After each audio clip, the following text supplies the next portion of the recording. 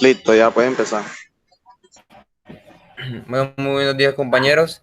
Mi grupo está conformado por Ángel Díaz Fabra, Emerson Pérez Sierra y mi persona, José de la Mar. En el día de hoy le estaremos hablando sobre la cinética en los movimientos deportivos, donde le estaremos haciendo algunas definiciones de algunos conceptos como el peso, la fuerza, la masa. eh, Estaremos también definiendo la masa inercial, el sistema, diagrama de cuerpo libre. Estaremos hablando acerca también de las leyes de Newton aplicadas en la biomecánica del deporte, donde estaremos definiendo cada una de ellas, cómo son influyentes en el deporte y dándole ejemplos acerca de todas y cada una de ellas. También estaremos hablando acerca de los momentos de inercia, cómo se aplica ese momento de inercia, las palancas corporales que en su definición, cuáles son, cómo funciona, los tipos de palanca, el torque, algunos ejemplos referentes a estos, las fuerzas internas y externas, y les estaremos dando algunos ejemplos acerca de cada una de ellas. Ok, para iniciar, vamos a dar un pequeño concepto de lo que es hablar sobre la cinética en los movimientos deportivos. Eh, si bien sabemos nosotros, la biomecánica deportiva, en este sentido, la mecánica de esta venía siendo esa parte más física que estudia todo ese estado de reposo o de movimiento que los cuerpos estén bajo alguna acción de fuerza que estén ejecutando en dicho momento. Esta, a su vez, también puede, o sea, estudia o se enfoca más bien en movimiento que esté realizando los cuerpos en dicha acción, ya sea describiéndolo o dando anotaciones de lo que está realizando. Esto puede ser más referido a las causas que puedan estar dándole luz para que puedan ejecutar dicha acción, las fuerzas que se aplican y la falta de movimiento al momento de crear equilibrio. Eso va más bien relacionado con las fuerzas que lo puedan provocar al momento de realizar dicha acción. La biomecánica, si bien sabemos, se puede dividir de igual forma en cuatro, por decirlo de esa manera: la cinemática, la dinámica, la cinética y la estática. Pero nosotros nos vamos a enfocar en lo que es la cinética, que así someramente la podemos definir de alguna manera breve como el estudio de las fuerzas que pueden provocar el movimiento.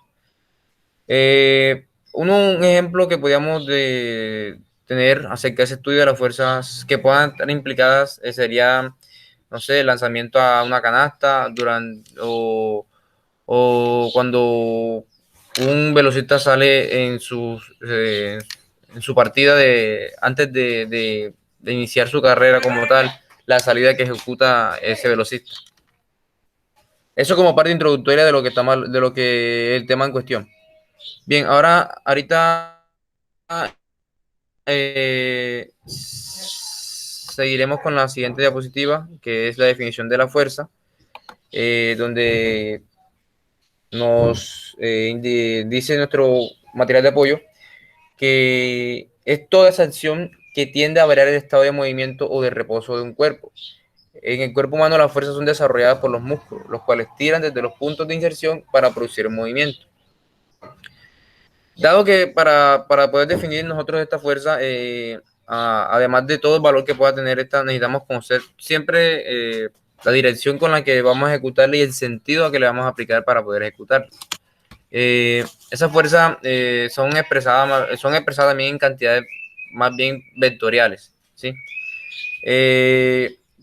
Las unidades que puedan ser utilizadas o que se utilizan más bien en este sistema es la de zonas de Newton, que estas se toman para representar la fuerza que se le imprime o que se le ejecuta al momento de la masa, ¿ya? Y estas son representadas, por ejemplo, 1 kilogramo. Al momento de acelerar esa fuerza, acelerarla se convierte en un metro por segundo cuadrado. Como podemos observar aquí en la imagen, vemos como el músculo, la articulación que estaba trabajando en ese momento es la del codo, la inserción que está realizando, la resistencia o peso a mover, que es la que vemos al final del antebrazo, al momento llegando a la muñeca. Nos aplica la resistencia a la distancia entre la articulación y el peso que está ejecutando de esa manera. La potencia que se ejecuta va entre la distancia entre la articulación y la inserción al momento de ejecutar el movimiento. Y como vemos observar, el músculo que está implicado ahí, el bíceps, en mayor cuestión. Siguiente, Ángel, por favor.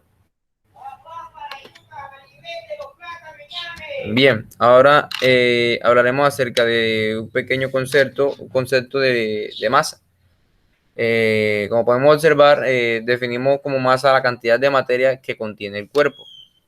Eso como un pequeño concepto, ya sería que la materia, esa materia de esa masa venía siendo esa sustancia que ocupa en el espacio, mientras que en un cuerpo esa materia vendría siendo más limitada por algo más cerrado o sin menos acceso. Ahí podemos evidenciar los pesos que hay en las diferentes masas que hay en punta a punta. Sabemos, ya hay más de un punto a otro punto, donde se aplica más masa. Siguiente.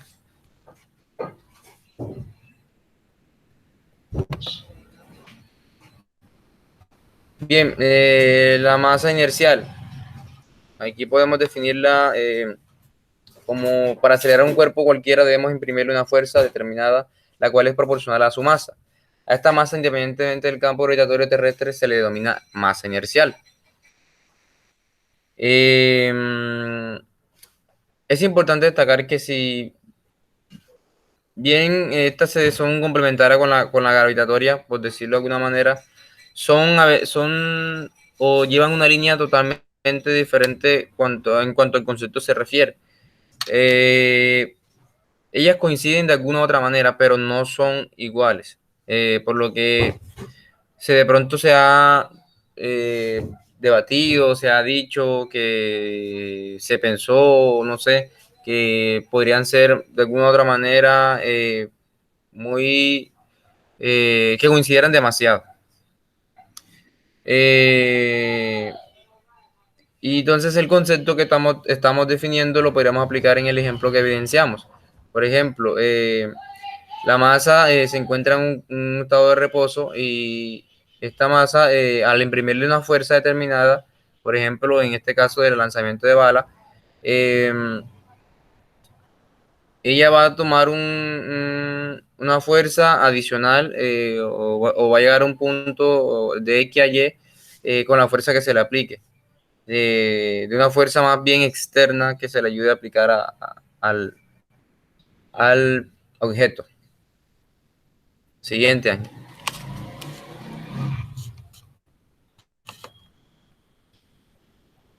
Bien, el el peso lo definimos como la fuerza gravitacional que ejerce la Tierra sobre él. Eh, Cuando en nuestras vidas utilizamos diarias o cotidianas, utilizamos como unidad del peso el kilogramo, ya eso es algo muy general que todos sabemos.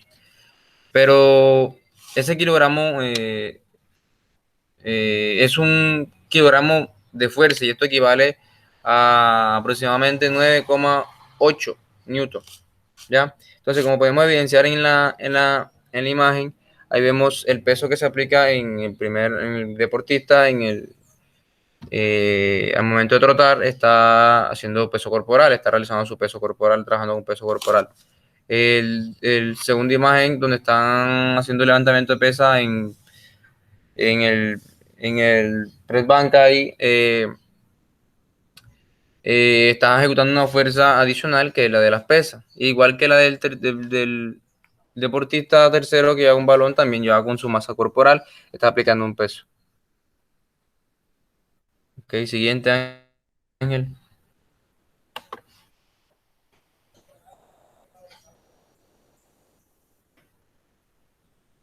Bien, el sistema lo podemos definir en cualquier todo, es cualquier todo agrupado y formado por partes componentes interactuantes, es decir, un conjunto de componentes interrelacionados entre sí que actúan bajo determinadas leyes. Podemos ver el estado del sistema, que es el valor determinado de sus características en un momento dado. Ahí podemos decir de que el estado del sistema vendría siendo cómo se encuentra ese objeto al momento de evidenciarlo. Por ejemplo, si está en reposo o si está en movimiento, es cómo se encuentra ese objeto, las características, las características de ese movimiento que están en dicha acción, en el momento, en el acto, por decirlo de esa manera. Sería eso, la característica de ese momento dado que tiene ese objeto o ese cuerpo, ya sea en reposo o en movimiento. La conducta del sistema es el cambio de sus estados, la variación de la magnitud de sus características. Aquí podemos ver es cómo se produce ese proceso de cuando realiza ese dicho movimiento. Hablando de ese de la conducta. Eh, con la dirección del sistema, es la transición del sistema a un nuevo estado determinado con anticipación. De pronto aquí definimos como esas acciones o cuáles fueron esas acciones que de alguna u otra manera llegaron a conducir a su objetivo, a la dirección con la que tú enfocas ese sistema que estás en ese momento estás realizando, ya sea el cuerpo o el objeto en cuestión. Siguiente, Ángel.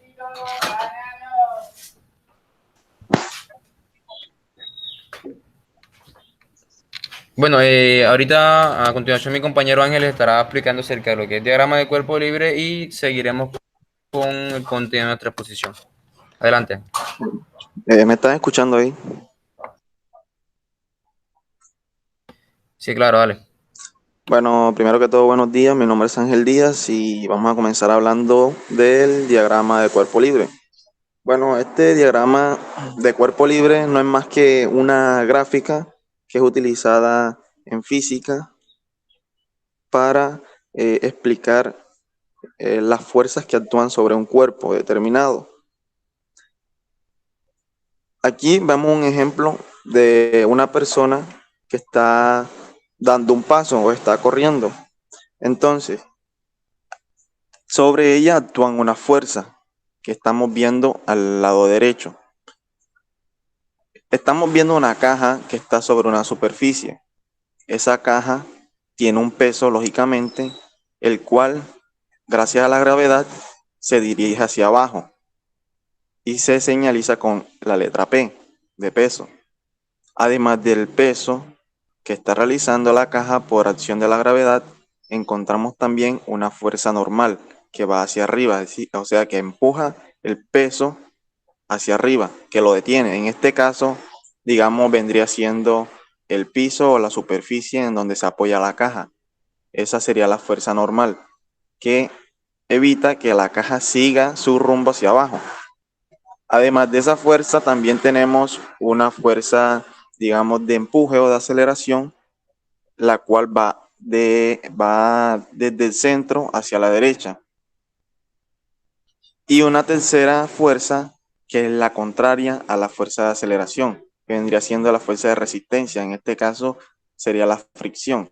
La fricción viene siendo esa resistencia que opone a la caja a que siga su movimiento. Si nosotros empujamos una caja que está en el piso o sobre una superficie, notamos que hay una fuerza que no permite que se mueva con mayor facilidad una caja.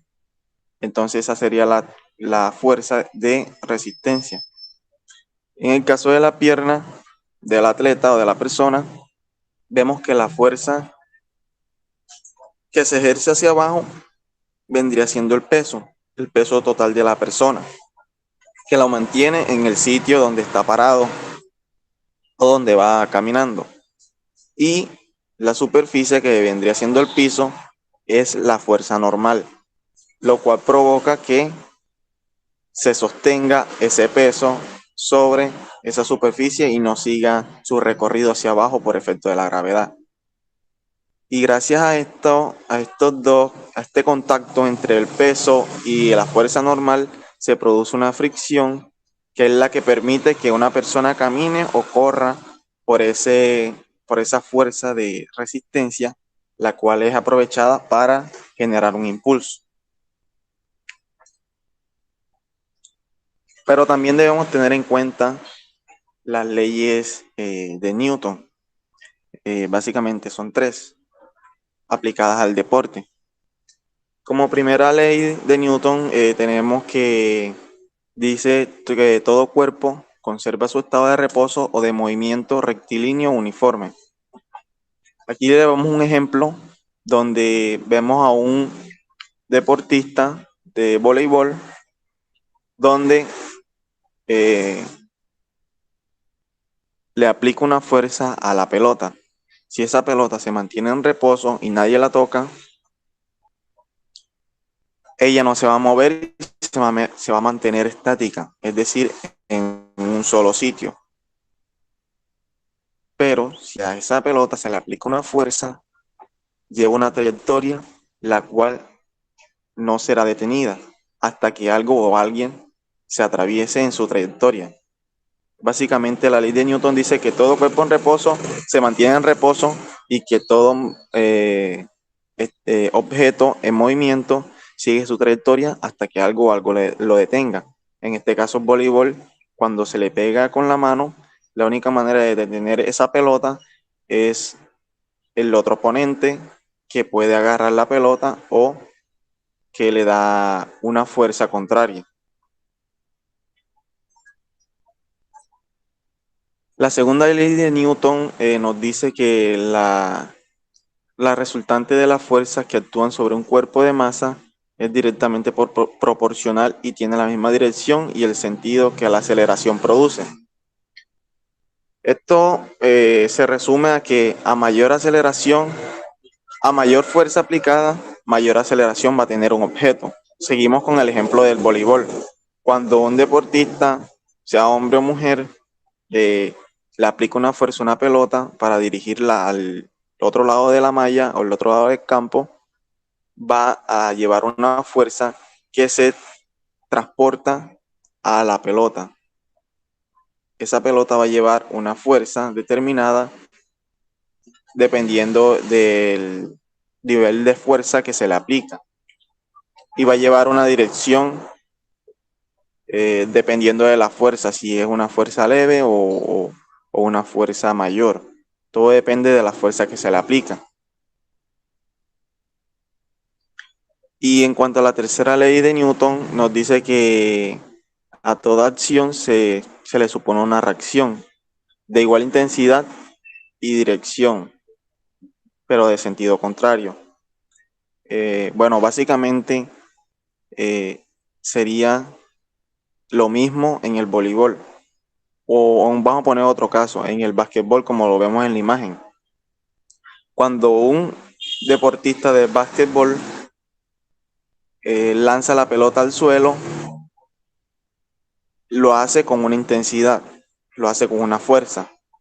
Y según la ley de Newton, si hay una acción, en este caso la fuerza que se le aplica a la pelota, al momento de chocar con una superficie va a generar una reacción. ¿Cuál es la reacción? Que se va a regresar con la misma intensidad con la que fue lanzada.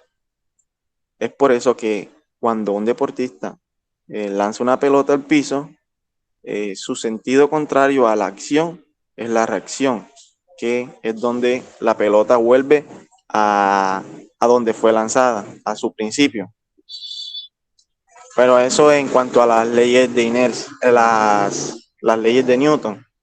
Pasando al momento de inercia, nos dice que cuando se habla de dinámica de los movimientos lineales, la inercia se define como la resistencia de un cuerpo a cambiar su estado de reposo o movimiento.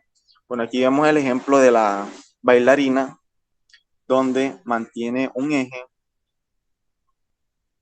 y extiende los brazos. En esta posición va a ser una rotación donde va a girar su cuerpo y va a disminuir su inercia rotacional, pero aumentando la rapidez angular.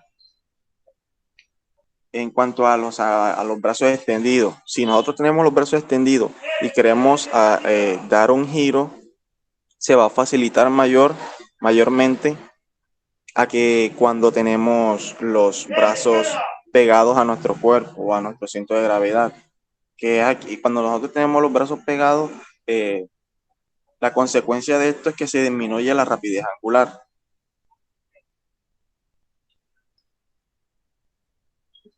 Bueno, ahora hablaremos sobre las palancas. Como concepto base, nos dice que se domina palanca a una barra lineal ideal, rígida, que puede girar en torno a un punto de apoyo final, punto de apoyo ideal llamado pivote. La longitud de la palanca entre el pivote y el punto de aplicación de la resistencia se llama brazo de resistencia, y la longitud entre el pivote y el punto de aplicación de la fuerza se llama brazo de fuerza. Bueno, esto es muy sencillo de entender. Tenemos tres puntos o tres momentos. Tenemos la potencia, la resistencia y el apoyo. Si nos damos cuenta en el primer ejemplo, donde vemos la cabeza o el cráneo de una persona, nos damos cuenta que el punto de apoyo de este segmento vendría siendo el triángulo, es decir, el punto medio. A este punto medio se le aplica una resistencia que vendría siendo el cuadrado naranja, que vendría siendo la parte de nuestro rostro.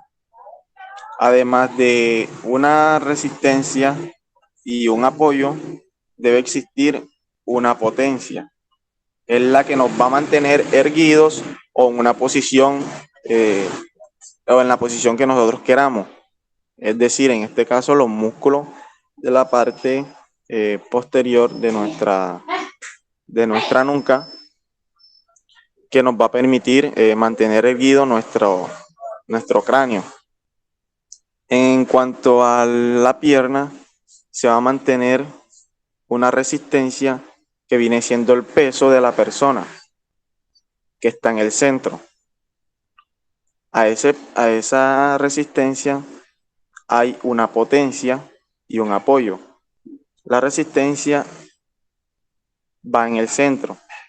El apoyo es donde se hace, digamos, se aplica un contacto, y la potencia es la fuerza que se resiste a, a bajar en este caso, ayudándose en la inserción de los músculos en el hueso calcáneo.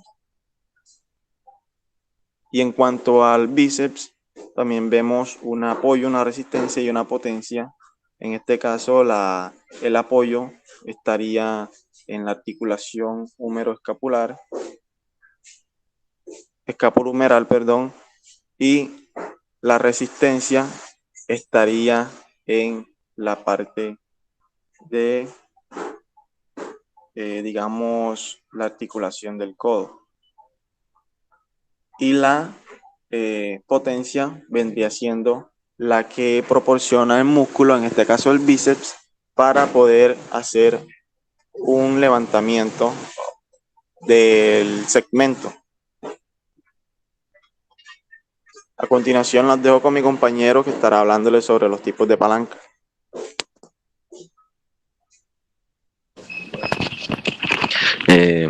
Muy buenos días, les habla Emerson Pérez, espero se encuentre bien. A continuación les hablaré de los tipos de palancas. Como pueden ver en la imagen, existen tres tipos de palancas. En el primer ejemplo podemos ver que el punto de apoyo se encuentra en el centro y la resistencia se encuentra en la parte delantera y la potencia en la parte trasera. En este primer segmento podemos ver que el punto de apoyo se halla entre la fuerza y la resistencia, y también se llama palanca de equilibrio. En el segundo ejemplo, o segundo género, o segundo grado, como se puede llamar, vemos que la resistencia se ubica en el centro, entre el pivot y la fuerza.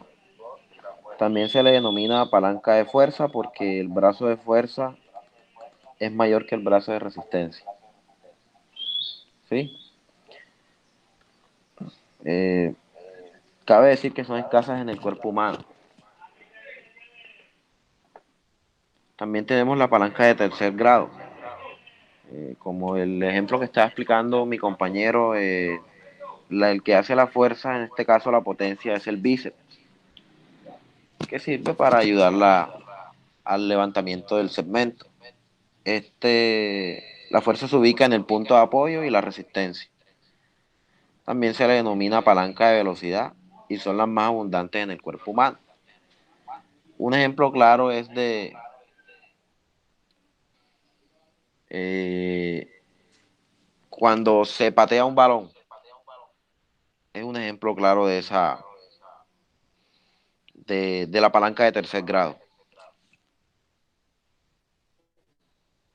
A continuación vamos con los torques.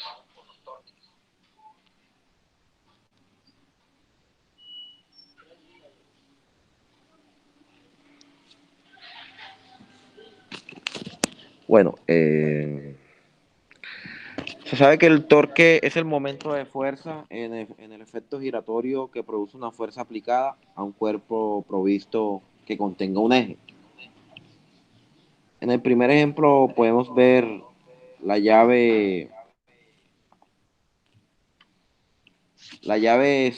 ajustando un tornillo o desaflojando un tornillo, por llamarlo así.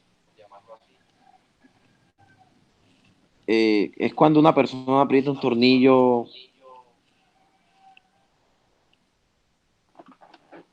con una llave. Esta está aplicando un torque, es decir, está aplicando una fuerza al tornillo, como en el caso de la fuerza. Si todos los torques son iguales, ella no podrá apretar el tornillo. Si el torque que ella aplica es mayor que el torque en contra, debido a la fricción de el tornillo sí se rodará, si se ajusta o si aflojará en su función. También podemos ver en este ejemplo de que la fuerza aplicada está alejada del punto o sea, la fuerza aplicada, entre más lejos esté la fuerza aplicada, mejor se hará el movimiento, mejor se hará el torque, ¿sí? En el ejemplo 2, la fuerza de la bicicleta, se ve claramente que se está empujando el pedal de la bicicleta y este a su vez transmite un torque que hace rodar los neumáticos. Si no se aplica si no se aplica el torque exactamente, se neutralizarán todos los otros torques, porque no se cumple con la ley de la fricción, que consiste en acelerar y desacelerar la velocidad del neumático, en este caso del pedal. Podemos ver el otro ejemplo, el ejemplo de la puerta. Vemos como un joven está abriendo la puerta. Es una de las mejores maneras de explicar cómo un torque es un ejemplo cotidiano. Pues aquí se observa que cuando cerramos o abrimos la puerta, al cerrarla cerca de la chapa se nos hace muy fácil, porque entre más cerca se esté del punto de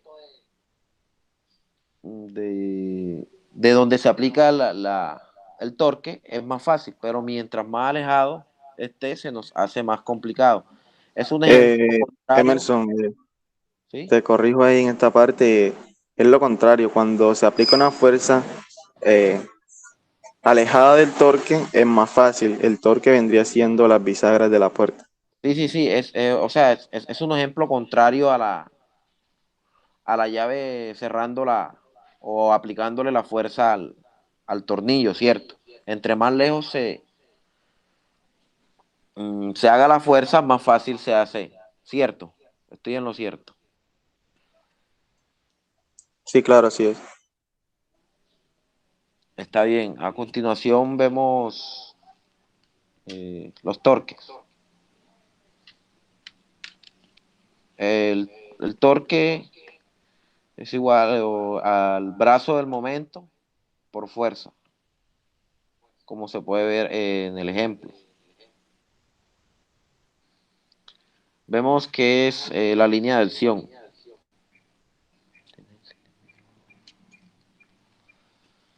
Bueno, está bien. Antes de conocer qué es la línea de acción de una fuerza, primero tenemos que saber qué es el brazo del momento. Se sabe que es la distancia que existe entre la línea de acción de esa fuerza y del eje de rotación. Primero debemos tener en cuenta que la línea de acción de una fuerza es infinita y tiene la misma dirección que el vector de la fuerza.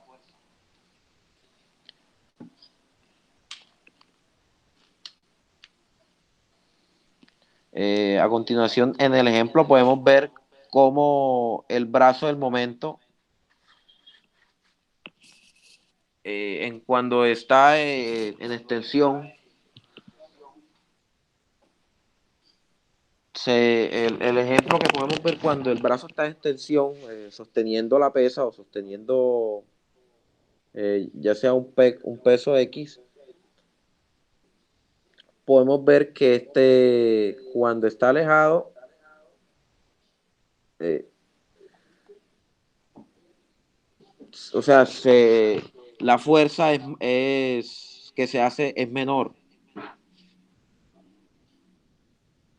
En cambio, cuando el brazo, o sea, se aleja más del punto de partida, que es el hombro en este caso, cuando se sube el nivel hacia arriba, podemos ver que la línea se hace más corta. Se hace más corto el brazo de movimiento.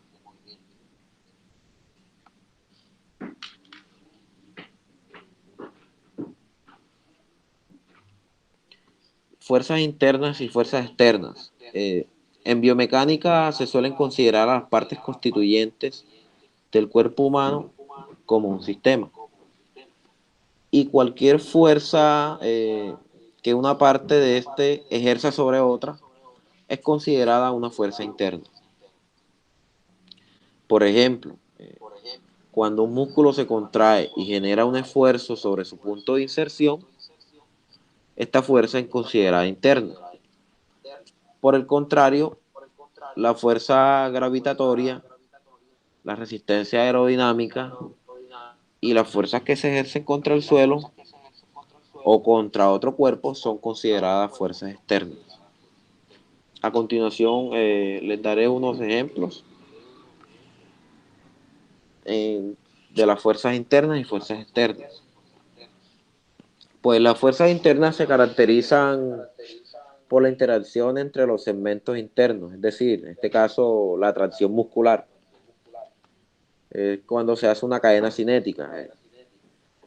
Podemos ver que las activas es cuando el brazo está trabajando, por ejemplo, el músculo bíceps. Ahí podemos ver una fuerza activa cuando se está levantando pesas. En cambio, las pasivas son las fuerzas de reacción articular, tales como el triple salto, salto largo, o cuando un atleta está cuando se está trabajando en el área de atletismo, también podemos ver. A continuación, las fuerzas externas. Cabe decir que estas derivan de la interacción entre la cadena cinética del cuerpo completo y el medio externo. Como ya antes mencionamos, aquí hace parte de estas fuerzas externas la fuerza de gravedad, el peso, la inercia, las fuerzas de resistencia del medio y la fricción. En este caso podemos ver la natación. Se sabe que aquí el ejemplo más claro es el agua. El agua es esa fuerza de gravedad o esa resistencia que se ejerce sobre el cuerpo que está haciendo un movimiento. También otros ejemplos como el fútbol americano, que el choque de cuerpos genera esa fricción o esa resistencia al movimiento.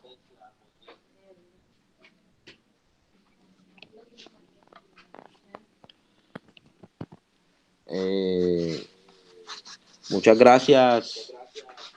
Espero les haya gustado nuestra exposición.